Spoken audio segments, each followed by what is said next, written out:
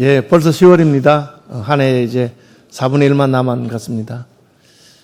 또 하나님 은혜가 이 4분기에도 함께 하시길 바라고, 오늘 다니엘서 1장을 보게 되는데, 다니엘은 어린 소년이죠. 그의 친구들도 아직 어린 소년들인데, 우리는 여기서 나이가 많다고 해서 반드시 신앙이 좋은 것도 아니고, 나이가 어리다고 해서 믿음을 따라 살 수 없는 것도 아니다 하는 교훈부터 우리가 받게 됩니다. 본문 1절 보시면 유다왕 요야김이 다스린 지 3년이라고 했는데, 요야김 왕은 유다의 마지막 몇 왕들 중에 한 명입니다. 유다의 마지막 왕은 요시야 왕의 세 아들과 손주 한 명, 이 네 명이 유다의 마지막 왕인데, 그렇게 오랜 기간 다스리지 않으면서 왕위가 바뀌면서 나라가 망하는 그런 시기에 있습니다. 요시야 왕의 아들 요아스가 왕이 되었는데, 그는 3개월 만에 애굽에 잡혀가고요. 그 다음에 이 요야김, 엘리야김이 왕이 되고, 또 엘리야김의 아들, 요야김의 아들 요야긴이 왕이 되고, 그리고 또 그 삼촌 시드기야가 왕이 되고 나라가 망하게 됩니다. 그런데 오늘 본문에는 이 요시야 왕의 두 번째 아들 중에 두 번째 왕이 된 이 요야김 왕 3년 때 바벨론 왕 느부갓네살이 예루살렘에 와서 성을 에워쌌다, 그렇게 되어 있습니다. 이때부터 이제 바벨론에 의해서 예루살렘은 함락되고, 유다의 왕들은 자기들 마음대로 아니라 이웃 나라들이 왕을 갈아치우는, 그 왕을 마음대로 임명하지 못하면 이미 속국이 되었다고 할 수가 있죠.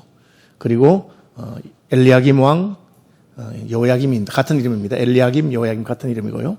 요야김 왕, 그리고 그의 아들 요야긴, 그리고 시드기야, 이렇게 왕들이 바뀌면서 나라가 망하게 되는 이야기입니다.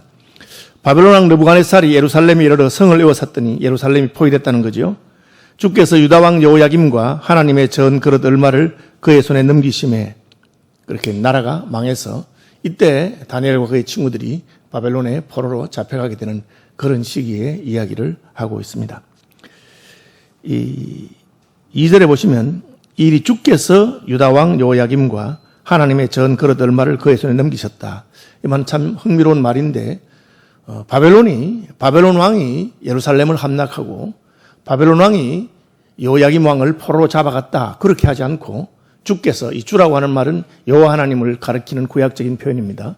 하나님 이름을 함부로 말하지 않기 때문에 주라고 하거나 그분이라고 하거나 그렇게 했습니다. 여호와께서 유다 왕 요야김과 하나님의 전 그릇 얼마를 그의 손에 넘기셨다. 이것은 역사의 배후에 하나님께서 계시다고 하는 그런 강력한 신앙을 가지고 있습니다. 우리는 강한 나라와 약한 나라가 싸우면 당연히 강한 나라가 약한 나라를 정복하고 이기게 되는 것은 자연스러운 일입니다.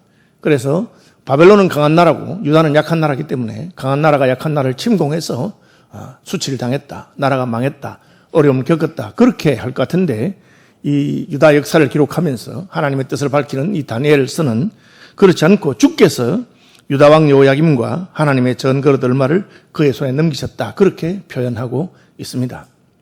하나님께서 그렇게 하셨다는 것이죠.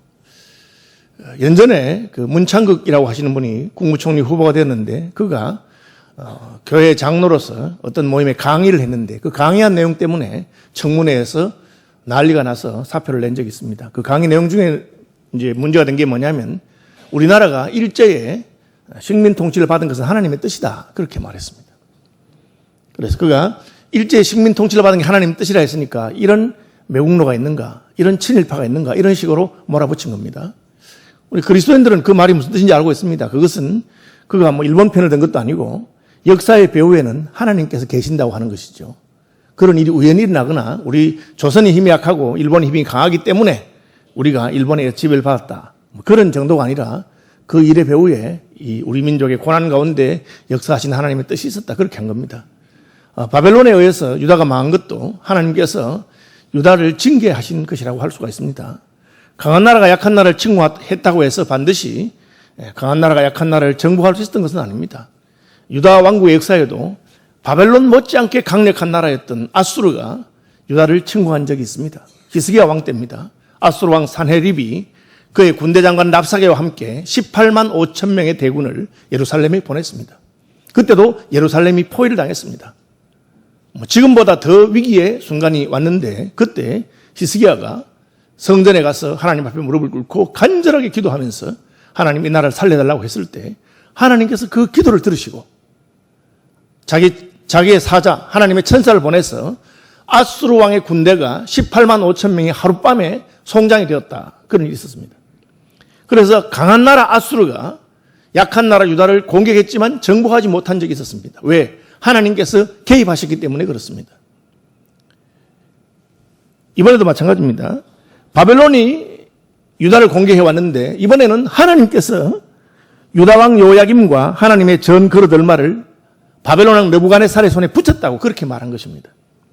다시 말하면 이 전쟁이든지 역사의 흥망성쇠에 단순히 나라가 강하냐 약하냐만 있는 것이 아니고 하나님의 뜻과 섭리와 계획이 있다고 믿는 것입니다.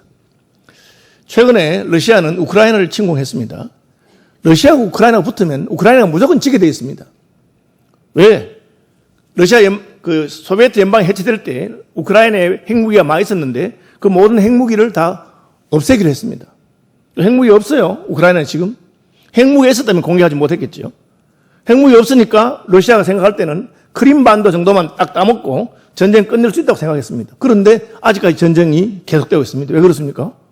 강한 나라들이 우크라이나를 도와주기 때문에 그렇죠.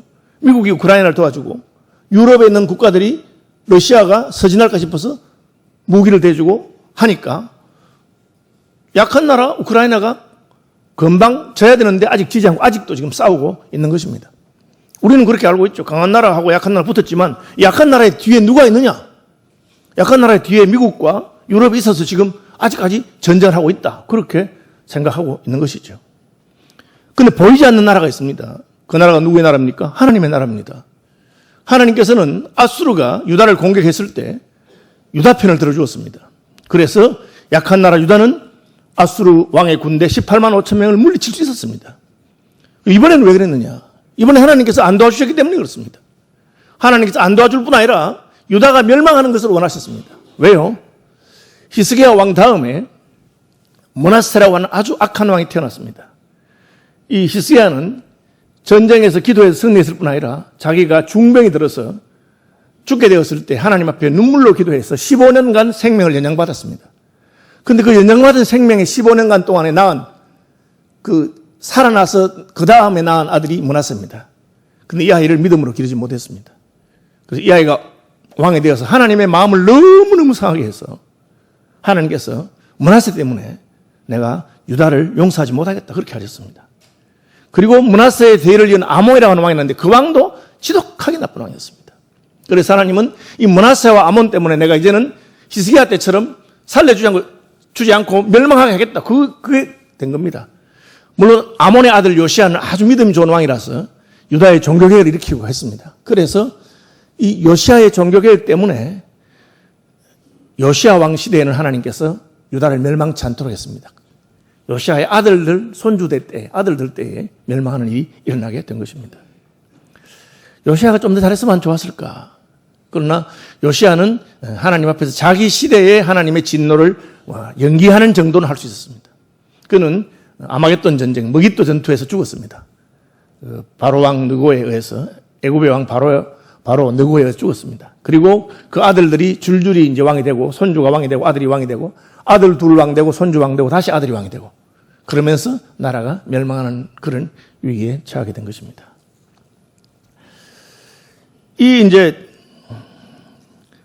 그가 이렇게 나옵니다. 유다 왕 요야김과 하나님의 전 그릇 얼마를 그의 손에 넘기심에 그가 그것을 가지고 신할 땅 자기 신들의 신전에 가져다가 그의 신들의 보물창고에 갖다 두었다. 그렇게 되어 있습니다. 3절에 보시면 왕이 환관장 아스부나스에게 말하여 이스라엘 자손 중에 한번 따라합시다. 왕족과 귀족. 예. 왕족과 귀족을 먼저 데려갔습니다. 쉽게 말하면 쓸만한 사람, 똑똑한 사람 데려갔습니다. 곧 흠이 없고 용모가 아름다우며 모든 지혜를 통찰하며 지식에 통달하며 학문에 익숙하여 왕궁에 쓸만한 소년을 데려오게 하였다. 그 왕궁에서 유다에서 똑똑하고 가문이 좋고 잘생기고 그런 친구들을 데려가서 먼저 포로로 잡아갔다 그렇게 되어 있습니다. 그런데 이들을 환관장 아스부나스에게 맡겼다.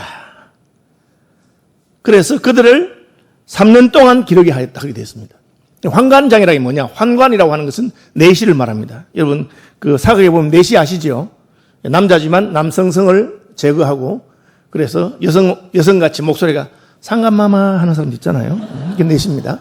왜 환관장이 이 다니엘과 그의 친구들을 길렀느냐, 관리했느냐 하는 것 때문에 저는 다니엘과 그의 친구들이 내시가 되었을 가능성이 굉장히 많다고 생각합니다. 그런 말이 없죠. 그러나 다니엘은 결혼한 적이 없습니다. 자녀도 없습니다. 그리고 이사야서에 보면은 하나님의 그런 예언이 나옵니다. 이사야서 보시면 좀 살펴보겠습니다. 이사야서 39장입니다. 5절에서 7절. 이사야가 히스기야에게 이르되 왕은 만군의 여호와의 말씀을 들으소서. 보라, 날이 이르니 내 집에 있는 모든 소유와 내 조상들의 오늘까지 쌓아둔 것이 모두 바벨론으로 옮긴 바 되고 남을 것이 없으리라. 여호와의 말이니라. 또 내게서 날 자손 중에 몇이 사로잡혀 바벨론 왕궁의 환관이 되리라. 이 왕족이라고 했는데 저는 다니엘이 왕족이라고 생각합니다. 바벨론의 왕궁에서 환관이 될 것이다. 그렇게 했어요. 왕족들이 왕자들을 데려가서 환관을 만들겠다. 그렇게. 왜? 히스기야가 기도해서 아수르를 물리쳤습니다. 기도해서 15년 동안 자기 생명을 연장했습니다. 믿음 있는 사람이에요. 그런데 그가 병에서 나왔을 때 교만해졌습니다. 그래서 겸손하게 하나님 뜻을 따르지 않고 자기가 물리친 아수르가 이 히스기야의 기도에서 물러가고 18만 5천 명이 죽는 바람에 저쪽에 갈대아에서는 정권 교체, 나라가 바뀝니다. 바벨론이라고 하는 신흥강국이 강해졌습니다. 그 신흥강국에서 이 유다에게 사신을 보냈어요. 히스기야에게 사신을 보내서 죽을 병에 걸렸다가 살아나셨다면서요. 축하드립니다. 그러니까 이 히스기야가 너무 기분이 좋아가지고 그 영광을 하나님께 안 돌리고 그냥 자기 자랑을 하기 시작했습니다. 내가 보통 강한 사람이 아니라고, 병에서 죽을 사람이 아니라고, 이런 식으로 하면서 왕궁에 있는 모든 보물들을 다 구경해주고 성전에 있는 보물들을 다 이방인들이 구경시켜줬습니다. 하나님께 진노하셨습니다. 그래서 그때 한 예언입니다. 내가 너를 살려주었기 때문에 너는 살려주는데 앞으로 너의 다음에 태어날 너의 후손들 중에서 바벨론에 가서 환관이 될 것이다. 그리고 네가 보여준 그 모든 보물들은 바벨론에 다 가져갈 것이다. 성전에 있는 그릇을 가져갔습니다. 여러분 기억나시죠? 이게 지금 하나님이 힘이 없어서가 아니라 하나님께서 자기 백성이 하나님 말씀대로 살지 아니하고 하나님을 경외하지 않으니까 하나님의 진노가 나타난 것입니다. 다니엘은 이런 시대의 사람입니다. 성전에 있는 그 기명들이 바벨론에 옮겨가서 바벨론의 신을 쓰는 신전에다가 창고에 넣어놨어요. 혹시 기억나시는 분은 모르겠는데 벨사살 왕이라고 바벨론의 왕이 술 마시고 기분이 좋아가지고 야 오늘 좀 멋진 잔에다가 한 잔 마시자. 예루살렘에서 예루살렘 성전에서 가져온 금그릇, 은그릇, 그 그릇 가져와라. 거기다가 내가 한 잔 마시겠다 하고는 거기다가 술을 따라서 마셨습니다. 기분 낸 거죠. 그러니까 성전 벽에, 궁궐 벽에 손가락이 딱 나타났습니다. 나타나서 메네 테켈 우바르신. 그 뜻은 내가 저울에 달아보니까 너는 이미 끝났다. 무게가 모자라는구나. 그리고 그날 밤에 벨살이 죽는 일이 있습니다. 뭘 말합니까? 하나님이 힘이 없어서 성전에 있는 금그릇, 은그릇을 빼앗긴 것이 아니다 그 말이에요. 하나님께서 진노하셔서 그것을 허락하신 것입니다. 그 이야기를 해놓은 겁니다. 요야김이 잡혀간 것도 성전에 있는 금그릇, 은그릇 빼앗긴 것도 하나님이 그렇게 하셨다는 겁니다. 이제 다니엘 입장으로 돌아가 봅시다. 다니엘이 무슨 잘못이 있습니까? 소년입니다.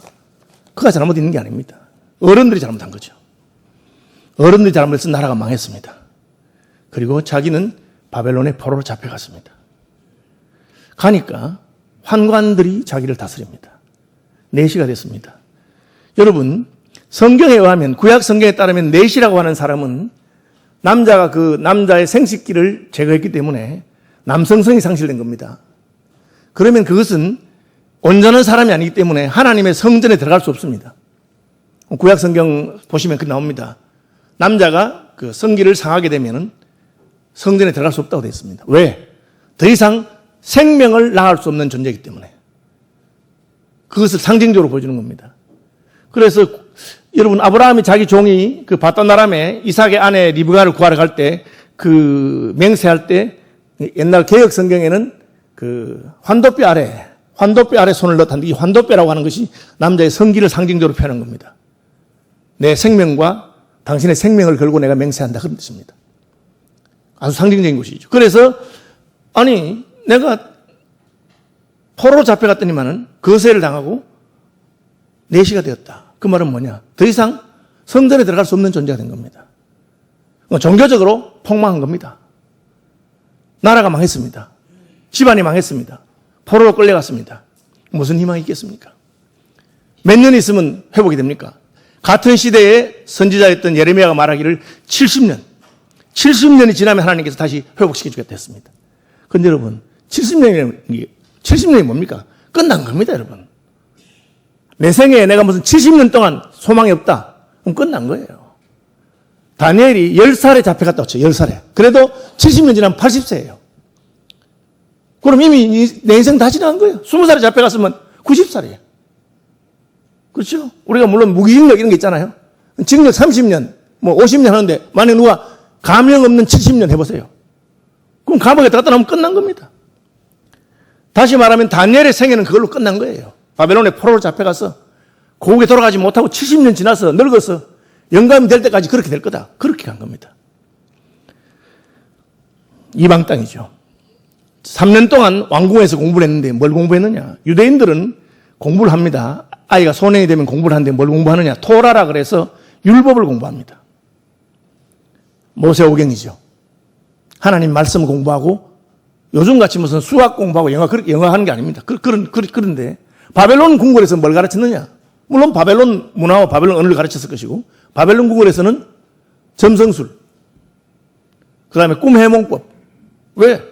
왕이 꿈을 꾸면 누구한테 묻습니까? 교수들 불러다가 박사들 불러가지고 내가 꿈을 꾸는데 해몽을 해라. 그렇게. 그럼 박사들이 왜 꿈만 말씀하십시오. 저희가 해몽하겠습니다. 학문이 그거예요. 이방 학문이죠. 소망이 별로 없습니다. 자기 인생이 끝난 거죠. 이름을 바꾸다가 나오죠. 보시면은 이렇게 되어 있습니다.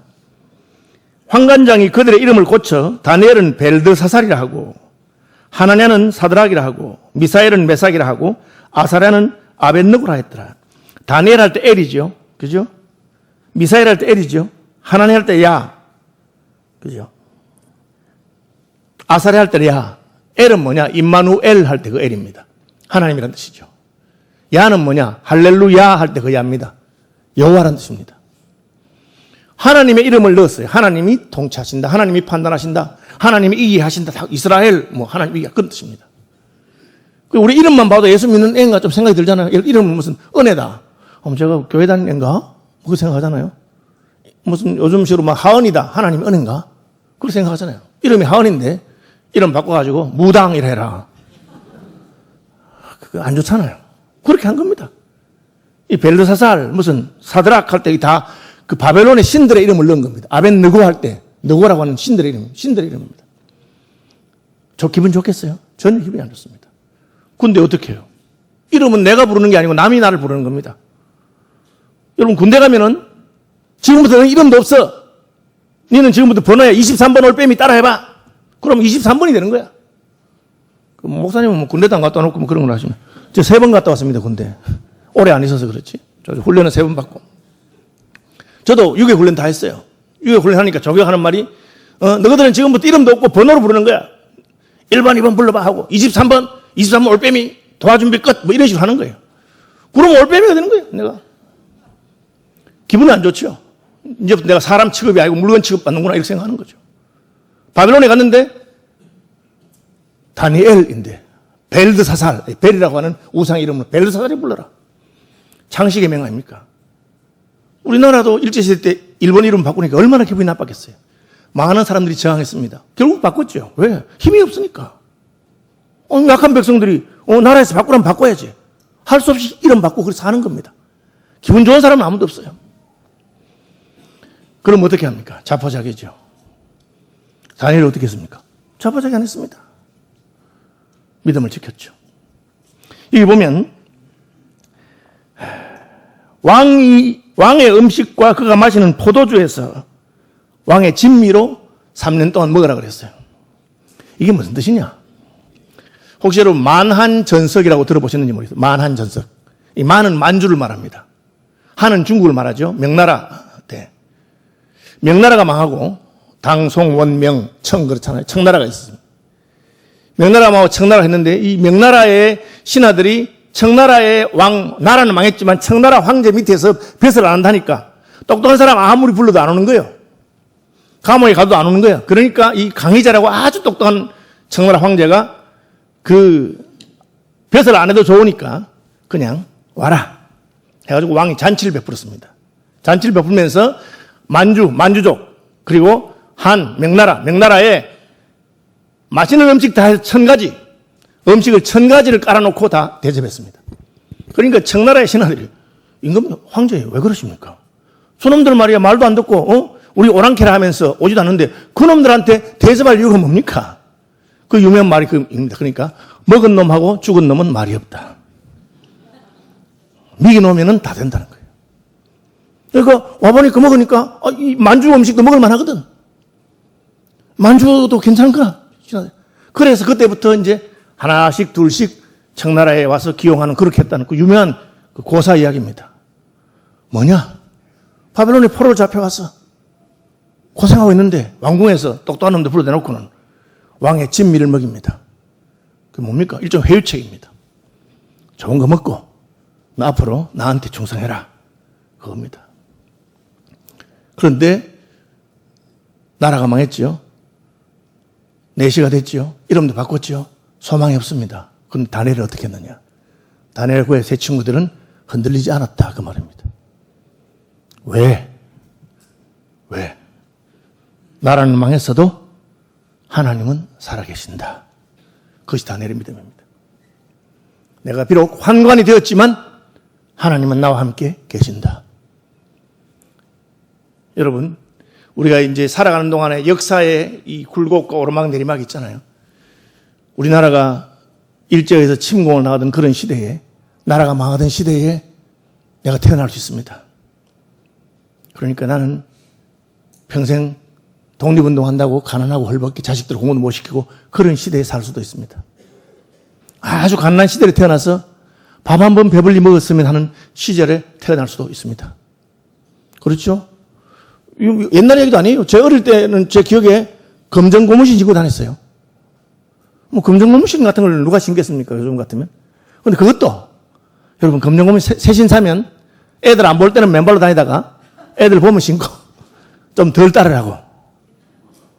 상상해. 요즘 애들은 이런 말하면 이해를 못 합니다. 그죠? 그런 시대도 있었습니다. 제가 무슨 말 하느냐? 내가 부자로 태어날 수도 있고, 나라가, 지금은 대한민국이 대단히 선진국입니다. 전 세계 어디 가도 대한민국 여권 갖다 놓으면 큰 소리 칩니다. 저도 외국에도 많이 다녀봤잖아요. 요즘은 외국 가면은 별로 볼만한 게 별로 없어요. 옛날에 외국 가면 선물 뭐 사갈까? 선물 살 게 없어. 꼭 사고 싶으면 그냥 와서 남대문 가서 사면 돼요. 그게 더 좋아. 살 것도 별로 없어. 제가 무슨 얘기 하느냐? 역사도 흥망성쇠가 있고 개인도 흥망성쇠가 다 있습니다. 그런데 그 많은 재수가 없게 태어나가지고 이 코로나 시대에 대학 졸업해가지고 취직도 안 되고 IMF 시대에 내가 태어나서 힘들다. 뭐 핑계가 많이 있을 수 있는데 다니엘이 한 말이 뭐냐?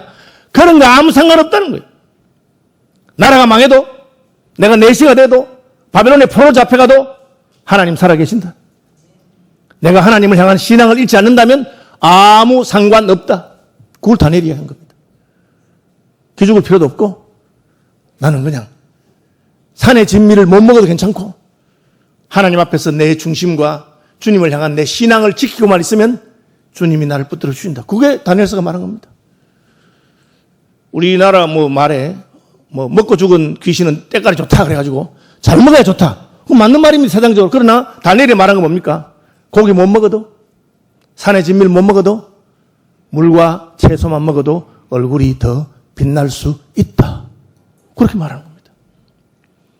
여러분 외국에서 공부하는 게 쉽겠습니까? 저도 유학 안 해봤습니까? 참 어렵습니다. 영어가 원망스러운 적이 한두 번이 아닙니다. 왜 우리나라도 영어를 쓰면 좋을 건데. 그렇죠? 공부하는 거 어렵습니다. 다니엘 그 친구들이 3년 동안 공부했는데 졸업시험을 치는데 왕이 직접 면접을 받습니다. 결과가 뭡니까? 수석 2등, 3등, 4등입니다. 왜? 하나님의 지혜가 그들과 함께하기 때문에. 그냥 수석이 아니에요. 왕이 바뀌니까, 바벨론 왕이 바뀌니까 똑똑한 애들 모았을 거예요. 유대에서는 4명이야. 다니엘 그의 친구 3명, 4명입니다. 다른 나라들, 바벨론이 점령했던 수많은 나라들에서 똑똑한 왕족들, 귀족들 불러다가 공부시켰습니다. 졸업시험 딱 쳐보니까 다니엘과 그의 친구들이 1, 2, 3, 4등을 했을 뿐 아니라 그들의 지혜가 바벨론의 모든 박수와 술객보다 학생들하고 비교한 게 아니고 자기들을 가르친 교수님들보다 10배가 뛰어났어요. 이 말이 됩니까? 말이 안 되죠. 우리나라에서 뭐 점수 제일 높은 게 뭡니까? 옛날 같으면 서울법대나 서울대 의대라고 가봅시다. 서울법대 1등하고 꼴찌하고 점수가 몇 점 차이 나겠어요? 무슨 수능 점수 몇 점 차이 안 납니다. 의대 1등하고 꼴찌하고 점수 2, 3점밖에 차이 안 납니다. 0점 몇 점의 커트라인이 걸리는데. 그런데 다니엘과 그의 친구들은 학생들하고 비교해서 10배가 아니라 교수들하고 비교해서 10배가 더 뛰어났습니다. 왜? 하나님께서 지혜와 지식을 주신 것입니다. 바벨론의 아무 교수들도 술객들도 느부갓네살 왕의 꿈을 해석하지 못했습니다. 그런데 다니엘이 말합니까? 해석은 여호와께 있지 않습니까? 그렇게 말합니다. 여러분, 우리는 상황 때문에, 환경 때문에 속이 상하고 나는 왜 이렇게 운이 없을까? 나는 왜 이렇게 시대를 제대로 타지 못했을까? 그렇게 하는 분들이 종종 있습니다. 다니엘이 말하는 게 뭐냐? 상관없다는 겁니다. 내가 어떤 시대에 태어났든지 내 환경이 어떠하든지 그것 때문에 흔들릴 필요가 없고 역사를 주관하시는 하나님을 붙들라. 그분이 너의 힘이 되시고 너의 도움이 되시고 너를 지켜주실 것이다. 그렇게 말합니다. 그리고 다니엘은 고레스 왕 원년까지 있으니라. 고레스 왕 원년이 어떤 때입니까? 고레스가 왕이 되고 유다인들을 예루살렘으로 돌아가라고 칙령을 공포한 해입니다. 왕조가 바뀌어도 다니엘은 계속해서 총리를 하고 있습니다. 오늘 제목이 뭡니까? 서너 명이라도. 이 서너 명이 누굽니까? 낯선 땅에서 함께 믿음을 지킬 수 있는 신앙의 동지입니다. 함께 기도할 수 있는 신앙의 동지입니다. 여러분, 지금은 어쨌든 대한민국에서 그래도 개신교가 1등 종교입니다. 숫자로. 뭐 예수 믿는다고 해서 누가 손가락 차지 않습니다.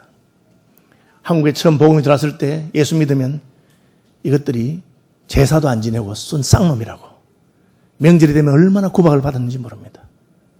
제사 안 지낸다고. 집안에서 쫓겨나고. 여자들은 아버지가 머리를 깎아가지고 교회당 가지 말라고. 그렇게 그래도 수건 쓰고 교회에 오는 그런 시대도 있었습니다. 바벨론의 포로로 잡혀가 보니까 왕궁에 아는 사람은 아무도 없고 낯선 말을 쓰고 그렇습니다. 그러나 다니엘은 믿음을 지킵니다. 왜? 이 모든 일의 배후에 하나님이 계시기 때문에. 내가 의지할 분 하나님밖에 없기 때문에. 비록 나라가 망했어도 나는 포로로 잡혀왔어도 바벨론의 환관이 되고 이방 바벨론의 학문을 익힐 수밖에 없다 하더라도 내 이름을 바벨론식으로 바꾸어 부른다 하더라도 나는 그분을 붙들고 의지하겠다. 그리고 그분은 나의 힘이요 나의 도우심이요 그러하다. 이 신앙을 지킬 수 있도록 해주는 사람들이 누굽니까? 신앙의 동지들입니다. 여러분과 함께 어떤 환경, 어떤 고난의 세월이 오더라도 기도할 수 있는 믿음의 동지들을 만드시기 바랍니다. 너무너무 귀한 것입니다. 부부가 함께 기도할 수 있으면 너무 복된 것입니다. 가족이 함께 하나님을 섬긴다는 것은 너무나 축복스러운 일입니다. 혹 그렇게 되지 않더라도 서울시민교회에서 내 마음속에 있는 고통과 괴로움과 두려움을 함께 하나님 앞에 내놓을 수 있는 다니엘에게 미사엘과 하나냐와 그런 친구들이 있었던 것처럼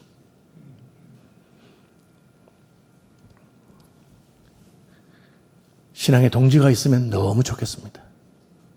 예수님께서 겟세마네 동산에서 기도할 때 3명을 데려가십니다. 왜? 같이 기도하고 싶어서.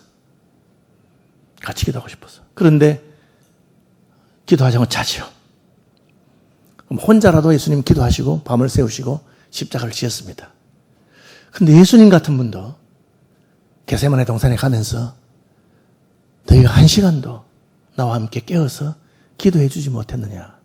저는 그 말 뒤집으면 참 예수님도 함께 1시간을 같이 기도해 주는 동지가 얼마나 힘이 되고 얼마나 귀한 존재인가 하는 것을 아셨다고 저는 생각합니다. 여러분, 여러분의 문제, 여러분의 고민이 있으면 그 이야기하면 소문내는 사람 말고 이야기해주면 있잖아 누구네 집에 난리가 났대요. 누가 아프대요. 뭐 이렇게 그런 사람 말고 그 기도 제목 가슴에 품고 하나님 앞에 나가서 같이 1시간 기도해 줄 수 있는 여러분 그런 동지가 있으면 여러분 복된 사람입니다. 다니엘이 어린 소년이지만 바벨론에서 승리할 수 있고 우리에게 믿음의 본이 된 것은 함께 기도하는 친구들을 모았기 때문입니다. 야, 그들이 처음 한 것이 무엇입니까? 우리가 왕의 산의 진미에 우리의 입을 버릴 것이 아니라 우리는 물과 채소만 먹으면서 앞으로 이 3년 동안 바벨론 왕리 밖에서 어떻게 살아야 할지 우리의 믿음을 따라서 살 길을 결심하고 기도한 사람들입니다. 그런 친구가 있다면 여러분 굉장히 복된 분들입니다. 어떻게 하면 여러분 그런 친구를 구할 수 있습니까? 여러분이 그런 친구가 되어 주십시오.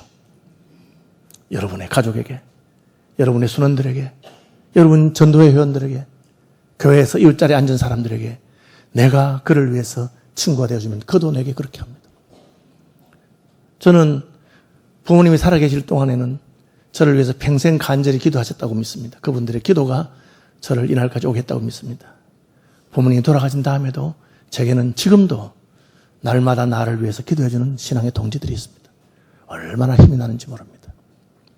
여러분 함께 기도하면 우리가 역사의 어느 모퉁이에서 어떤 굴곡의 언저리에 있더라도 하나님께서 능히 돌파하게 하실 것을 믿습니다.